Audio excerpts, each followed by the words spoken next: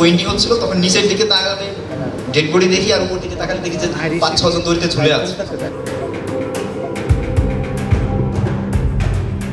Weather খারাপ হয়ে যাওয়াতে প্রায় অর্ধেকের বেশি মানুষ ক্লাইম্বার সেদিন নেমে এসছে।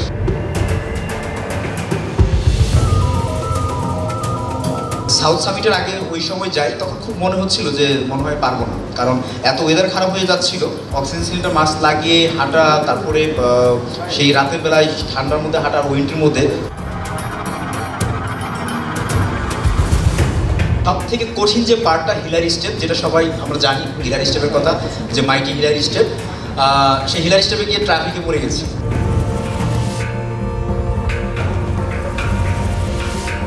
18 তারিখ রাত সন্ধ্যা 8টার সময় আমরা ক্যাম্প 4 থেকে হাঁটা শুরু করি। ক্যাম্প 4-এর ঠিক 5 মিনিট আগে একটা ডেড বডি দেখতে পাই। জাস্ট আমরা যদি রাস্তাতে যাই, যে দড়িটার মধ্যে ছিলাম ওই দড়িতেই বাধা ছিল, ওই ডেড বডির পাশ কাটিয়ে যাই।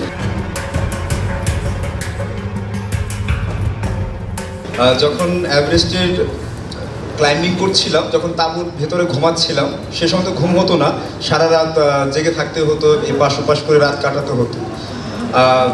তখন সারা রাত ভাবতাম আমি এভারেস্ট জয় করবই, এবং কি কি গল্প করবো গিয়ে ঢাকাতে গিয়ে, সেই গল্পগুলো ভাবতাম তখন, যে এই গল্প করবো, সেই কথা বলবো, মানে এইভাবে করে রাত কাটতো। তো যাই হোক, আমি আমার অভিযান শুরু করেছিলাম কক্সবাজার থেকে, কক্সবাজারের ইনানি সি বিচ থেকে। যখন আমি এই অভিযানটা করব, এটা গ্রেট হিমালয় ট্রেল যখন শেষ করলাম 2022-23-এর দিকে, 9 জুলাই আমি কাঞ্চনজঙ্ঘা বেস ক্যাম্পে গিয়ে শেষ করি আমার গ্রেট হিমালয় ট্রেল, যেটা সারা পৃথিবীতে 33 জন মানুষ এখন অবধি পর্যন্ত করেছে।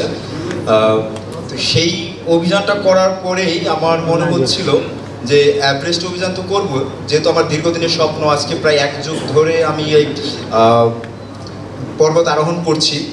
তো সেই প্রশিক্ষণ নিয়েছি 2014-তে, 2018-তে অ্যাডভান্স উচ্চতর প্রশিক্ষণ নিয়েছি। তো এই অভিযানগুলো করার জন্যই এতটা পরিশ্রম করা। তো সবথেকে বড় টার্গেটটাই ছিল এভারেস্ট। এভারেস্ট হলো আমাদের পর্বত আরোহীদের জন্য ওয়ার্ল্ড কাপ, বিশ্বকাপ। যেন আমরা আইসিসি বিশ্বকাপ দেখি, ফিফা ফুটবলের ওয়ার্ল্ড কাপ দেখি, তো পর্বত আরোহীদের জন্য এই ওয়ার্ল্ড কাপ হলো এই এভারেস্ট। তো আমি যখন এই এভারেস্টের কথা চিন্তা করছিলাম, তখন ভাবলাম যে এমন কিছু করি না কেন, যে সবাই বলে যে বাঙালিরা ভেতো বাঙালি, তারা কিছু করতে পারে না, ঘর কোনো বাঙালি, তারা ভয়ে থাকে। তো আমার মনে হলো যে এমন একটা কাজ করবো যেটা এভারেস্টের মতো পৃথিবীর সব থেকে কঠিন যে স্পোর্টস, সেই স্পোর্টসের মধ্যে ওয়ার্ল্ড রেকর্ড কি আছে। তো এখানে সব রেকর্ড হয়ে গেছে, ইভেন এভারেস্টের চূড়ায় গিয়ে বিয়েও হয়ে গেছে। তো সেখানে এখন বাকি কি আছে। তো দেখুন C2 সামিট আমি চিন্তা করলাম যে সমুদ্র থেকে, কারণ এভারেস্ট অভিযান হয় মূলত থেকে 17,000 ফিট উপর থেকে এভারেস্ট অভিযান হয় বেস ক্যাম্প থেকে। আমার মনে হলো তাহলে এই 5,000 মিটার কি করবো, কি দুষ্কর্ম, সমুদ্র সমতল, সেখান থেকে আমার অভিযানটা শুরু করে একদম পৃথিবীর সর্বোচ্চ চূড়ায় দিকে দাঁড়াবো। দীর্ঘদিন ধরে এটা নিয়ে প্ল্যান করছিলাম, রাস্তা কিভাবে যাব, কোন দিক দিয়ে যাব, হয়তো বাংলাদেশের পার্টটা যেতে পারবো, ইন্ডিয়াতে কি ধরনের প্রতিবন্ধকতা হতে পারে সেটা নিয়ে চিন্তা করতে হয়েছে। তারপরে নেপালের যে রাস্তাটা, সেটা দুর্গম রাস্তা এবং একদমই অপরিচিত রাস্তা, সেই রাস্তাটা কোন দিক দিয়ে যাব, সেই রাস্তাটা তৈরি করা। তো এই সব কিছু নিয়ে আমি দীর্ঘদিন যাবৎ বিভিন্ন কোম্পানির কাছে দৌড়াচ্ছিলাম, কেউ রাজি হচ্ছে, কেউ রাজি হচ্ছে না। তো আমি খুবই লাকি যে গ্রেট হিমালয় ট্রেলের সময় মিস্টার নুডলস আমার স্ন্যাক্স পার্টনার হিসেবে ছিল। তো তারপরে যখন আবার এভারেস্টের জন্য যখন বললাম যে প্রাণকে যখন স্পন্সরের জন্য প্রপোজাল দিলাম, তো তখন তুষানদার সাথে এটা নিয়ে কথা হচ্ছিল।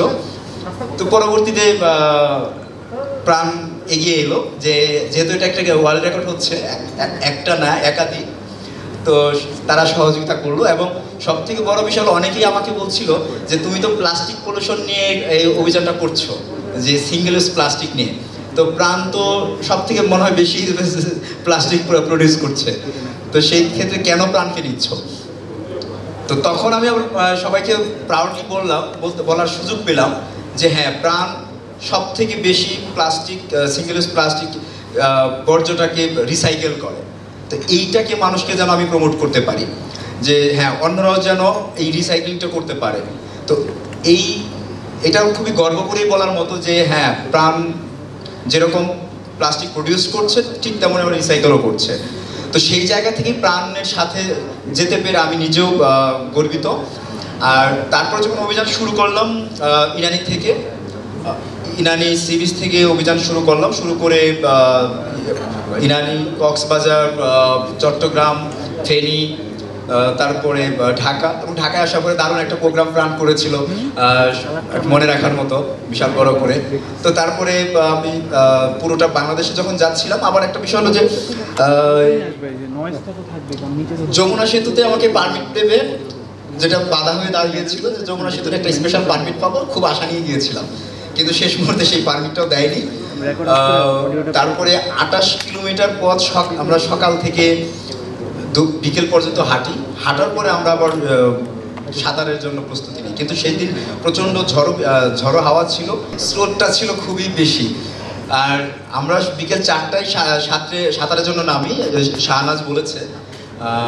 আমি খুবই লাকি যে আমার এই পুরো অভিযানে আমি কিছু বন্ধু পেয়েছিলাম যারা আমার পুরো রাস্তায় আমাকে দারুণভাবে সহযোগিতা করেছিল, যে যাদের সহযোগিতা ছাড়া আমার এই পথটা পেরিয়ে যাওয়া খুবই কঠিন হয়ে যেত। ইনানি থেকে একদম বাংলা বান্দা বর্ডার পর্যন্ত টনি আমার সাথে হেঁটেছে। আর সবথেকে বড় হলো সাথের টিমমেট যদি একই মন মানসিকতা না হয় এবং তার মধ্যে যদি কোনো স্যাক্রিফাইস না থাকে, তাহলে সেই টিমমেটের সাথে দীর্ঘপথ চলা যায় না। কিন্তু আমি খুবই ভাগ্যবান যে টনির মতো একজন টিমমেট পেয়েছিলাম, বন্ধু পেয়েছিলাম, যার সাথে যে আমাকে প্রতিদিন ঠেলে ঠেলে নিয়ে যেত। মানে মাঝে মাঝে আমি বসতাম রেস্ট করার জন্য, সে আমাকে রেস্ট করতে দিত না। তখন খুব রাগ হতো যে এরকম মানুষ সাথে জীবন আর আনবো না। হ্যাঁ, তো মজার বিষয় হলো আমি যখন একা হয়ে গেলাম তখন আমি টনিকে খুব মিস করছিলাম, যে একটু হাঁটার পরে গাছের নিচে বসছি রেস্ট করার জন্য, তখন মনে মনে ভাবতাম এই পেছনে টনি আছে, আবার উঠে তো হাঁটা শুরু করতাম। তো যাই হোক, এরপরে যখন আমি যমুনা নদী সাঁতরাই, টনি আমার সাঁতার জানে না বলে সে পানিতে নামে নাই। তো আমার সাথে মুনবাই সাঁতার কেটেছিল, বাংলা চ্যানেল সাঁতরানো এবং আয়রনম্যান কোরাল। কিন্তু যমুনা সেতু সাঁতরানো আমি 2007-এর পরে আর সাঁতরাইনি। আমি সর্বশেষ 2007-এ সাঁতরিয়েছিলাম। আমাদের গ্রামের ছোট্ট একটা নদী আছে, শালদো নদী। সেটা হলো এখান থেকে যদি একটু লাফ দেই, জাম্প করে ওই পাশে চলে যাওয়া যায়। হ্যাঁ, এই নদীতে সাঁতরিয়েছি 2007-এ সর্বশেষ। সে যমুনা নদী সাঁতরানোর পরে সবচেয়ে ভয়াবহ বিষয়টা ছিল যখন রাত হয়ে গেল, রাতের বেলা অন্ধকারে যখন সাঁতরাচ্ছিলাম স্রোতের মধ্যে, তখন ওই বালি বোঝায় যে ট্রলারগুলো যাচ্ছিল, সেগুলো তারা আমাদেরকে দেখছে না, আমরা তাদেরকে দেখছি না। মানে এইটা ছিল সব থেকে ভয়াবহ, যে এই ট্রলারগুলো যখন আসছে সে সময় আমরা খুবই স্রোতের কারণে আমরা কোনো দিকে যেতেও পারছিলাম না। একটা সময় গিয়ে আমার ডান পায়ে ক্র্যাম্প করে, তখন আমি আর ডান পা বাঁকা করতে পারি না। তো সেই সময় আবার মুনবাইয়ের সম্ভবত ক্র্যাম্প করেছিল কিনা আমি জানি না। তো আমরা আবার সেই পাকে পড়ে যাই, যমুনা নদীর যে স্রোতের মধ্যে যে পাক থাকে, ঘূর্ণি, যে সেই পাকে পড়ে যাই। হ্যাঁ, তো সেই পাকে যখন পড়ে যাই তখন সব থেকে ভয় পেয়েছিলাম আমি, যে এখান থেকে বের হতে পারছিলাম না। তো যাই হোক, সে যমুনা নদী সাঁতরালাম, তারপরে পুরোটা পথ তো যাচ্ছি। সব থেকে বড় বাধা হয়ে দাঁড়ালো তারপরে ভিসা। বাংলাদেশের বর্তমান অবস্থা একটু বিভিন্ন কারণেই এখন ভিসা পেতে একটু অসুবিধা হচ্ছিল। তো আমি সার্চ ভিসাটা নেওয়ার জন্য ট্রাই করছিলাম তখন, কিন্তু ভিসাটা হচ্ছিল না। এখন 11 আওয়ারে গিয়ে আমি সেই ভিসাটা পেয়ে যাই।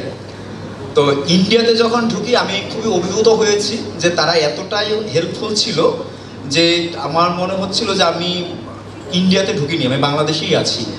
আর নকশালবাড়িতে আমি ঈদের নামাজ পড়েছিলাম, ঈদ পেয়েছিলাম, এবং সেই জায়গায় একটা অটো রিক্সা চালায় সেই ভদ্রলোকের বাড়িতে ছিলাম। সে আমি তখন হোটেল পাচ্ছিলাম না ফুলবাড়িতে, তখন সে বলে যে তুমি এত দূর থেকে হেঁটে এসছো ইন্ডিয়াতে, তুমি হোটেল পাচ্ছ না, তুমি আমার বাড়িতে থাকবা বলে সে তার বাড়িতে নিয়ে যায়।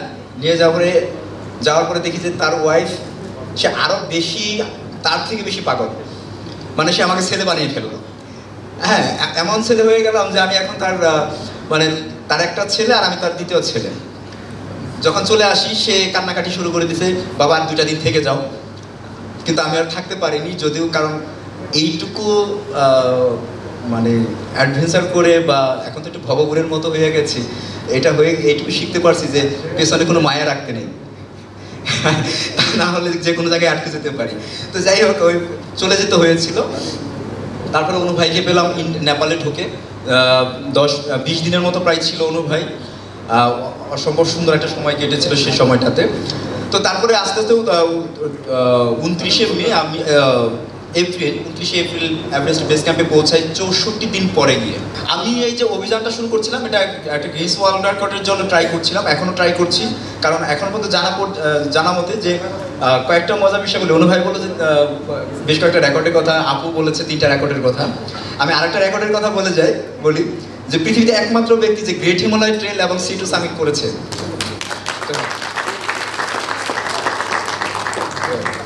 এখন এটাও গিনেস ওয়ার্ল্ড রেকর্ডের জন্য অ্যাপ্লাই করা যেতে পারে। যাই হোক, নেক্সট আমি অভিযানটা করছিলাম, এটা আমার মূল স্লোগানটা ছিল বিট প্লাস্টিক পলিউশন। কারণ এই সিঙ্গেল ইউজ প্লাস্টিক, কারণ আমি যখন বার্ডিং করতে অনু ভাইদের সাথে কোস্টালে গিয়েছিলাম, তখন দেখেছি যে সমুদ্রের মাঝখানে যে ছোট ছোট চর, সেই চরের মধ্যেও প্লাস্টিক চলে গেছে। সমুদ্রে প্লাস্টিক, সি বিচে প্লাস্টিক, সমতলে প্লাস্টিক, সব জায়গাতেই প্লাস্টিক। ইভেন যখন আমি হিমালয়ে যাই, হিমালয়ে যখন ক্লাইম্বিং করি, সেই হিমালয়ে গিয়েও প্লাস্টিক পাই একদম চূড়া অবধি পর্যন্ত। তো তারপরে মনে হলো যে যেহেতু আমার এত লম্বা একটা জার্নি, আমি যদি এটা সিঙ্গেল ইউজ প্লাস্টিকের এই অ্যাওয়ার্ড করতে যাই, তাহলে মানুষকে আমি খুব সহজেই পাবো, সাধারণ মানুষকে আমি অ্যাওয়ার্ড করতে পারবো, স্টুডেন্টদেরকে পারবো। সেই জায়গা থেকেই আমার এই প্ল্যানটা ছিল। তো নেক্সট এগুলো তো মানুষ জানে। হ্যাঁ, এটা আমি একটা যে প্রাণের যে প্রোগ্রামটা হয়েছিল ঢাকাতে, প্রেস কনফারেন্স হয়েছিল, খুব দারুণ একটা প্রোগ্রাম হয়েছিল।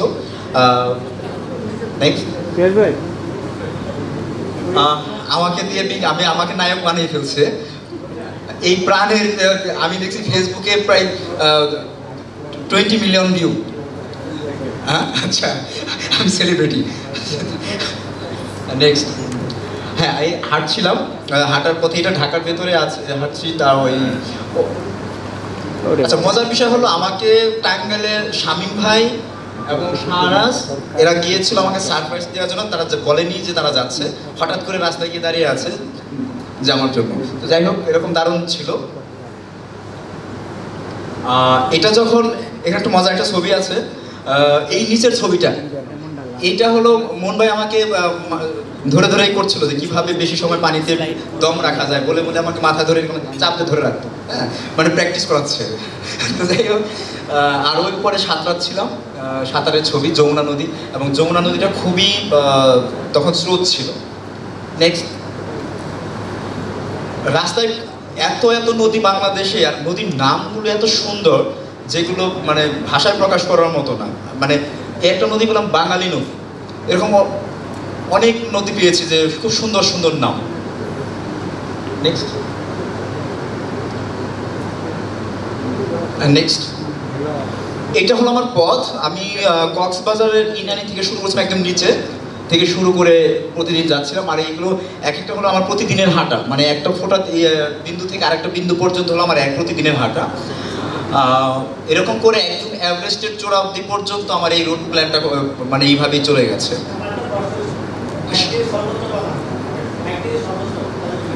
এটা শেষে বলবো, মনে রাখেন, ভুলে যদি যাই। আর এই হাঁটার সময় আমরা সবসময় যে হাইওয়ে হেঁটেছি তাই না, আমরা এমনও জায়গাতে হেঁটেছি যে গ্রামের ভেতর দিয়ে, মানুষের বাড়ির উঠানের উপর দিয়ে। আমরা বেশিরভাগ সময় গুগল ম্যাপ ইউজ করেছি, এবং গুগল আমাদেরকে এমন এমন জায়গায় নিয়েছে যে মানুষের রান্নাঘরেও ঢুকিয়ে দিয়েছে রাস্তায়। শিমের মাচার নিচ দিয়ে গেছি, একবার গিয়ে একটা রাস্তা দিয়ে গিয়ে উঠানের উপর দিয়ে গিয়ে রাস্তা দেখাচ্ছে, এখন যাচ্ছি যাচ্ছি যাচ্ছি দিয়ে সামনে রান্নাঘর। তো যাই হোক, করার রাস্তা দিয়ে এরকম হয়ে একদম ধান ক্ষেতের আইল দিয়ে খুব সুন্দর গ্রামের ভেতর দিয়েও গিয়েছি। নেক্সট, নেক্সট যখন আমি শিলিগুড়িতে পৌঁছাই, তো শিলিগুড়ির যে প্রাণ আছে ইন্ডিয়াতে, প্রাণের যে সেই প্রাণের টিম থেকে আমাকে রিসিভ করেছিল, এবং সেখানে প্রাণের যারা ছিল তারা খুবই সহযোগিতা করেছে সেই জায়গায়। এখানে কিন্তু আমরা একটা ম্যাপ দেখছি না, এটা আমরা খাবারের দেখছি, মেনু দেখছি। ওকে, নেক্সট। তারপরে আমরা সেই, যেহেতু এপ্রিল মাস ছিল, এপ্রিল মার্চ এপ্রিল ছিল, সেই সময় রডোডেন্ড্রন ছিল, যে নেপালের জাতীয় ফুল। রডোডেন্ড্রনটা এত ছিল যে রাস্তা মানে একদম বিছিয়ে থাকতো। তো সেই জন্য এই পথটা হাঁটতেও দারুণ ছিল। একটা জিনিস দেখাই, ওই উপরে মাঝখানের যে ছবিটা, হিমালয়ের মধ্যেও এত সুন্দর মানে বিচের মতো আছে, যে বালির জায়গা সমতল একটা নদীর মধ্যে, এটা খুব কম আছে। শুধু এটা তিব্বতে মনে হয় এরকম একটা আছে না অনু ভাই? হ্যাঁ, লাদাখে এরকম একটা আছে, আর এইটা তাপলে জমে আছে। আর আরেকটা জিনিস দেখে, এই বেশ উপরে দেখা যাচ্ছে, উপরে এগুলো কিন্তু তারা না, এগুলো উপরে দূরে কোনো এক পাহাড়ের গায়ে যে গ্রাম, সেই গ্রামের বাতি জ্বলছিল, সেই বাতির ছবি, সেটা রাতের বেলায় তোলা। আর ওই কর্নারে যে ছবিটা আছে, সেটা একটা গ্রামের ভেতরে, একদম রিমোট একটা গ্রাম, নদীর পাড়ে ছিল। ওই একটা বাড়ি ছিল, কেন আর কোনো বাড়ি নেই। ওই মহিলা থাকে তার একটা ছোট বাচ্চা নিয়ে। তো ওই জায়গায় আমার দুপুরে লাঞ্চ করেছিলাম, আমাকে দুপুরে খাইয়েছিল ওই মহিলা, কিন্তু কোনো টাকা পয়সা নেয়নি কিছু। হ্যাঁ,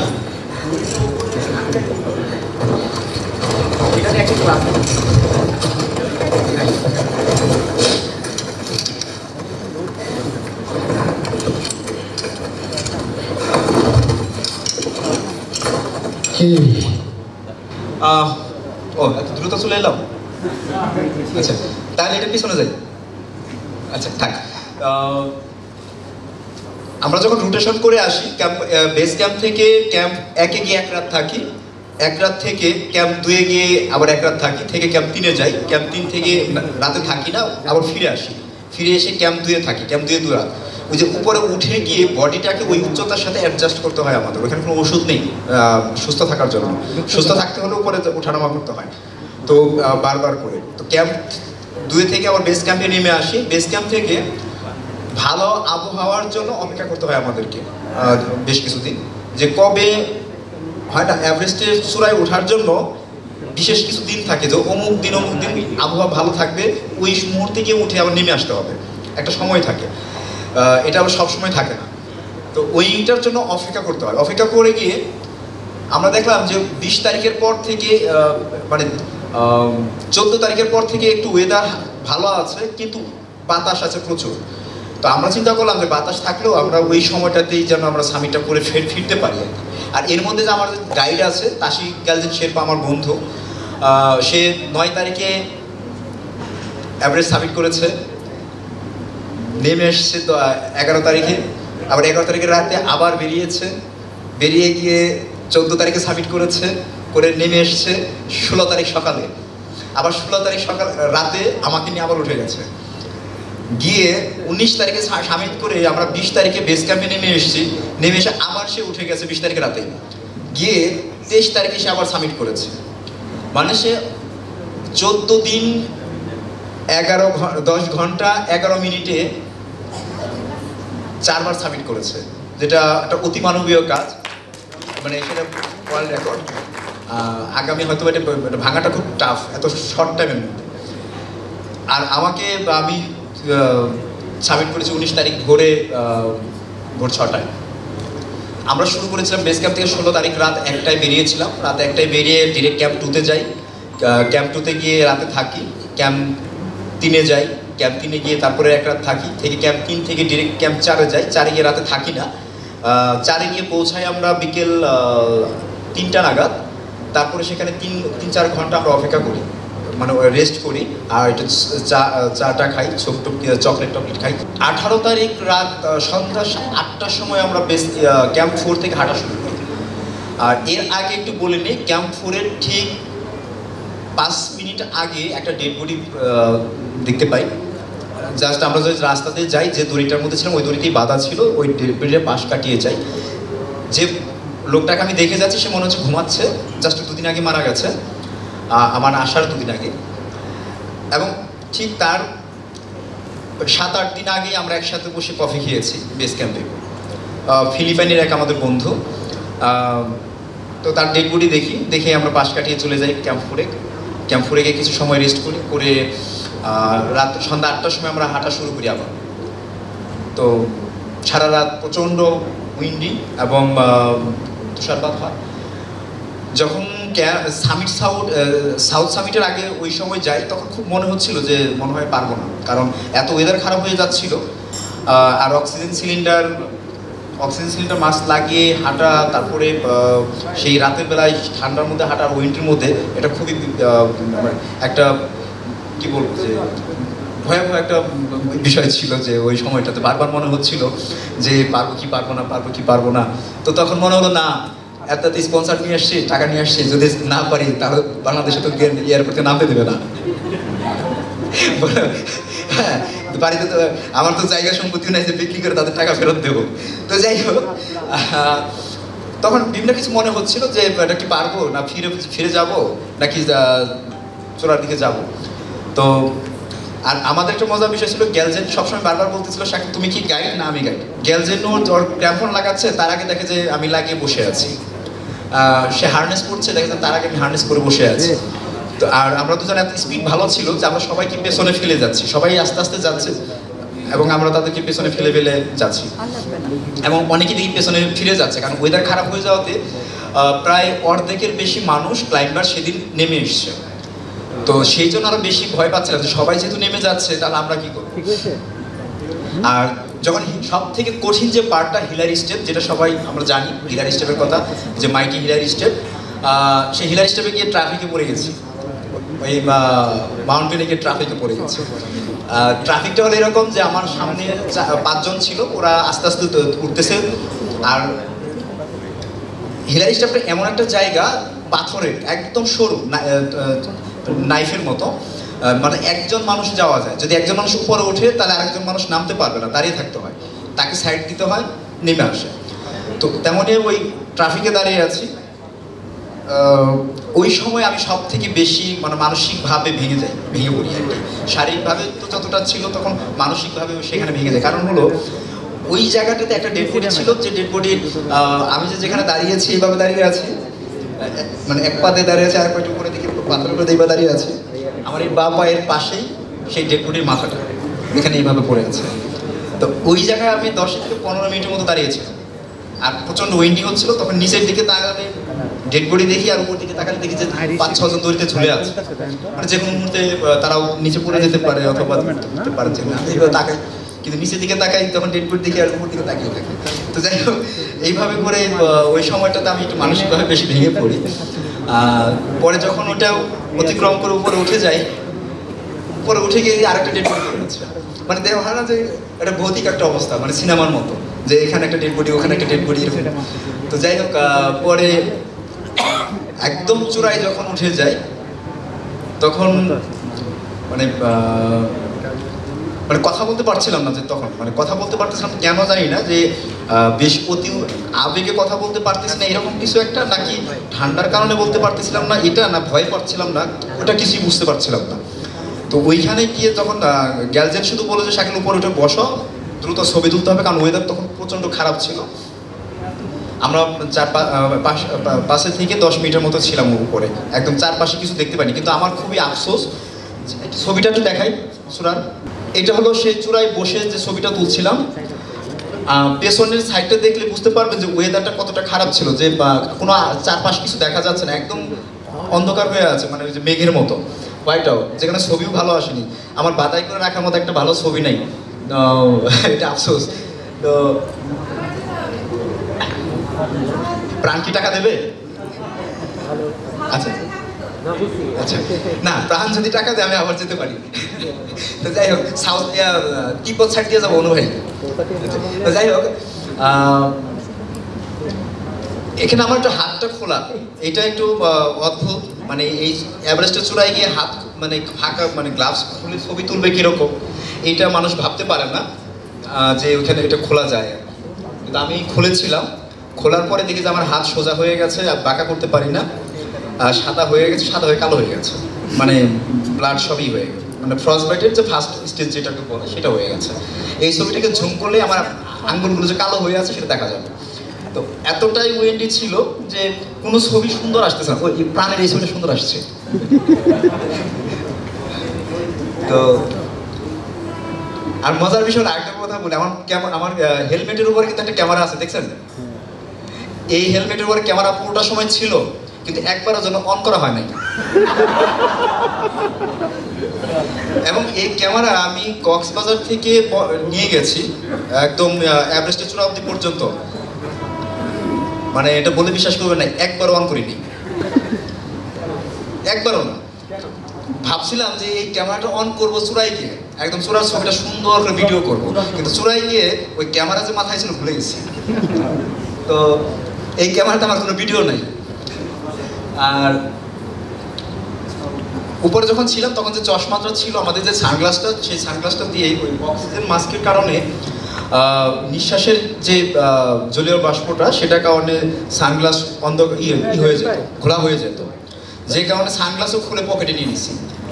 তো এই দুইটা কাজ করাটাতেই ওই উচ্চতায় আমার জন্য একটু কি বলবো ঝুঁকি ছিল, রিস্ক হয়েছে। এটা অনেকেই বলে যে আমি কি তখন স্বাভাবিকভাবে ওগুলো খুলেছিলাম নাকি মানে ঘোরের মধ্যে খুলেছিলাম, কিন্তু আমি এটা স্বাভাবিকভাবে খুলেছিলাম, কারণ মিটন দিয়ে যে আমরা গ্লাভস পরি, সেই গ্লাভস দিয়ে এরকম বাতাসের মধ্যে ফ্ল্যাগ ধরে রাখতে পারছিলাম না, সেজন্য হাতে গ্লাভস খুলে এই প্রাণ এইভাবে সবকিছু ধরে ছবি তুলতেছে। আর সব থেকে মজার বিষয় বলি, প্রাণের ছবি আছে, বাংলাদেশের পতাকা নিয়ে ছবি আছে, আমার যে অন্য স্পন্সর যারা আছে সিস্টেমা তার ছবি আছে, মাকালুর ছবি আছে, এবং সব থেকে বড় বিষয় বিএমটিসি যেমন ক্লাব যাকে আমি প্রতিনিধিত্ব করি, আমার সেই বিএমটিসির কোনো ছবি নেই, মানে এভারেস্টের চূড়ায় বিএমটিসি ফ্ল্যাগ নিয়ে আমার কোনো ছবি নেই। আর কারণ হলো এই কয়েকটা স্পন্সরদের ছবি, ভাগ্য করে স্পন্সরদের ছবি তোলার পরে আর হাত পাকা করতে পারতেছি না, পরে তাসি বলতেছে আর ছবি তুলতে হবে না, চলে যায়। তো যাই হোক, পরে আমরা দুজন নেমে আসছি। আর একটাই হলো তাসিকে আমি কোনো ছবি তুলে দিতে পারি নাই, তাসিরও কিছু স্পন্সর ছিল, সে একটা স্পন্সরের ছবি নিয়ে তুলতে পারে নাই। তো পরবর্তী নামার পরে যখন বলছে কি হয়েছে, তখন ও বলছে যে আমার ক্লায়েন্ট যে ছবি তুলে দেবে তার হাতে ফ্রস্ট বাইট হয়েছে, সেই জন্য ছবি তুলে দিতে পারে না। তো যাই হোক, ওটা নিয়ে হয়েছে। আর এইখানে কিছু ছবি আছে, এই ছবিটা মানে সামিটের ছবিটা পরে সবার শেষে রাখা উচিত ছিল, হ্যাঁ। তো এই ছবিগুলো এখন আর মজা নেই। তো এখানে ওই লেডার, ওই দেখা যাচ্ছে যে মই দিয়ে আমরা পার হচ্ছি, মানে সব থেকে ভয়ঙ্কর যে জায়গাটা এই জায়গাটা, এবং সব থেকে বেশি মানুষ যেখানে মিসিং হয় আর কি এই জায়গাটাতে। তো এইভাবে পার হওয়া, এবং এমন এমন সময় হয়েছে যে জাম করে করে পার হতে হতো আমাদের অনেক বরফের ফাটলগুলো।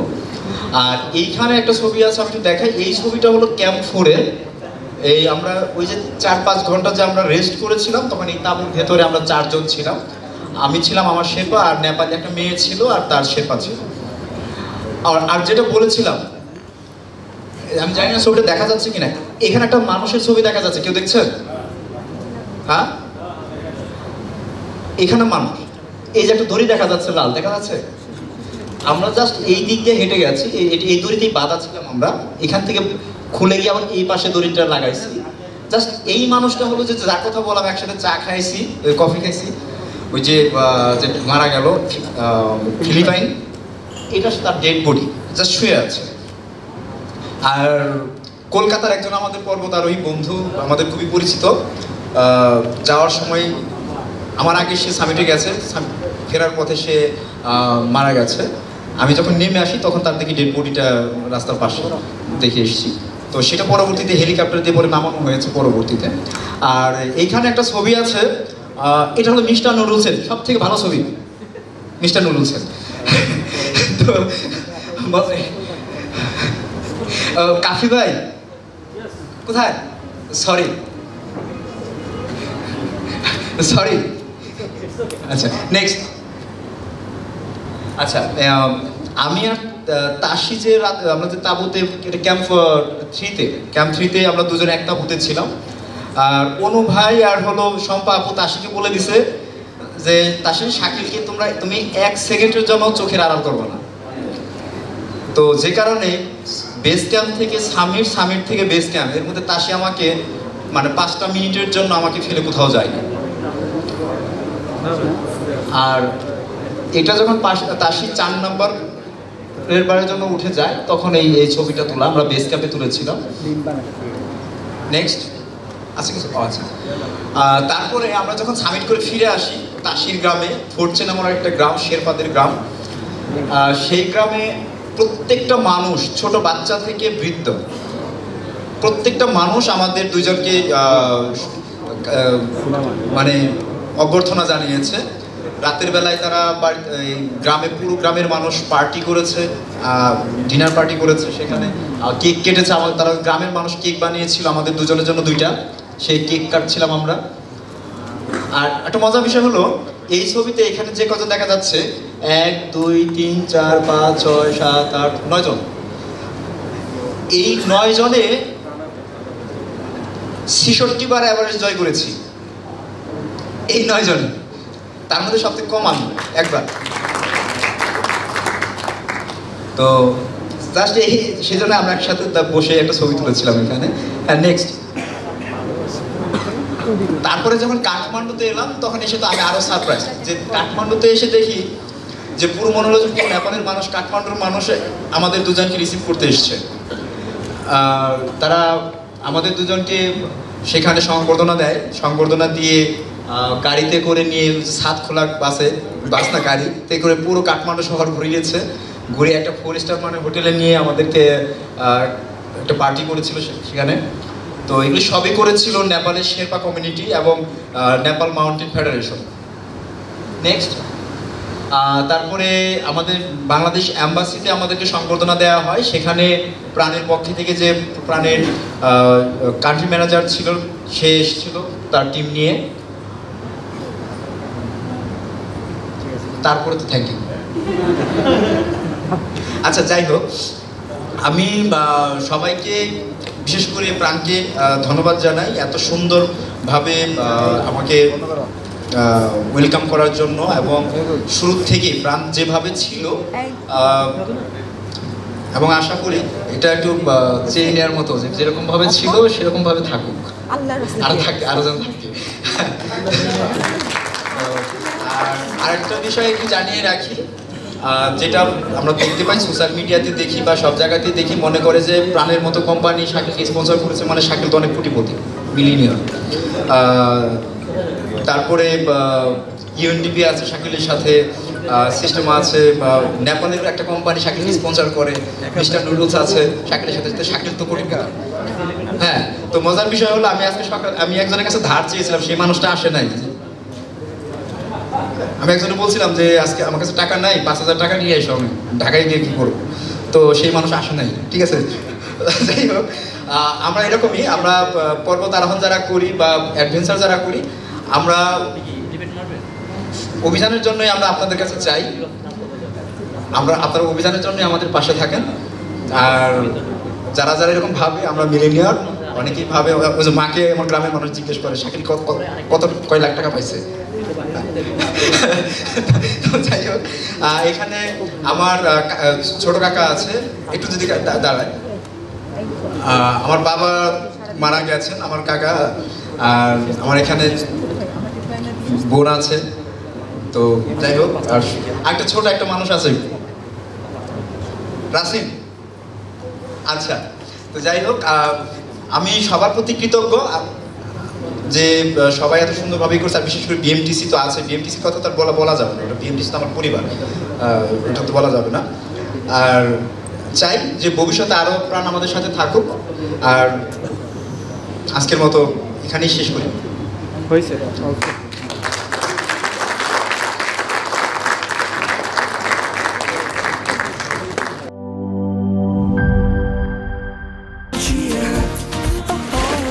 চিল হবে রিফ্রেশিং মুডে, চিয়ার আপ, চলো উড়াই খুশি।